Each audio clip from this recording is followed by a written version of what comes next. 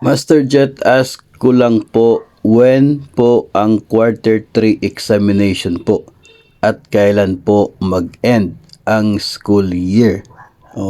Ito isa po sa mga tanong tungkol doon sa pagtatapos ng school year at pagbabago sa mga activities na schedule ng activities ni DepEd ngayong school year 2023 to 2024. Ano totoo po dyan mga master ay wala pa naman pong DepEd order na siya pong nagbabago sa calendar of activities ng DepEd para sa natitirang ilang buwan ng kasalukuyang school year. Hanggat wala pong DepEd order na ilalabas ay ibig sabihin po ay in effect pa rin yung nilalaman ng DepEd Order number 22 series of 2023 na siya pong calendar of activities ng DepEd para sa kasalukuyang school year. So kung hanggat wala pong ilalabas sa DepEd order na siya pong mag-aminda sa nilalaman ng DO22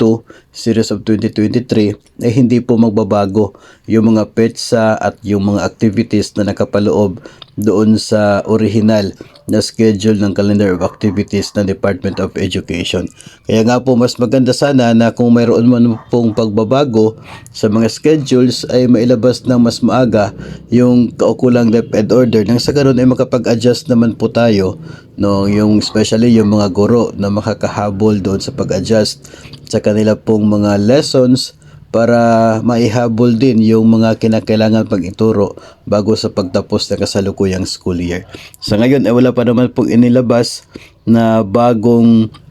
DepEd order, kaya tuloy-tuloy pa rin yung effect,